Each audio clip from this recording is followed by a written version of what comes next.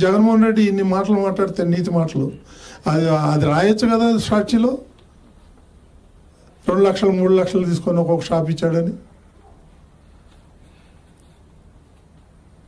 Paper ఉంది కదా అని ఇష్టం వచ్చినట్టు హిందువుల మీద దాడి చేస్తున్నాడు. నువ్వు పోయి జెరూసలం మీద లేకపోతే వాటికన్ సిటీ మీద పోయి దాడి చేయి నీకు దమ్ముంటే. వెంకటేశ్వర స్వామి ఒకటే దొరికాడా నీకు దాడి చేయడానికి? ఎప్పుడో రోజు పాపం మండుద్ది, జనం అంతా తిరగబడతారు, హిందువులంతా ఊరుకోరు. 10 కోట్లకి వేసామండి, సుప్రీంకోర్టు దాకా పోతాయి. ఏదైనా ఉడత బెదిరింపులో బీఆర్ నాయుడు బెదిరింపు ఉడతా ఆవి తమాషాలు చేయొద్దని చెప్తున్నాను. ఏం నా మీద 124A పెట్టాడు, ఏం పీకాడు జగన్మోహన్ రెడ్డి? ఏం పీకాడు అంటున్నా? రాజద్రోహం. ఆయన ఒక రాజు, నేను ఒక ఆయనకి ద్రోహం. ఏం ద్రోహం చేశామండి ఆయనకి? రాజద్రోహం కేసు పెడతాడు.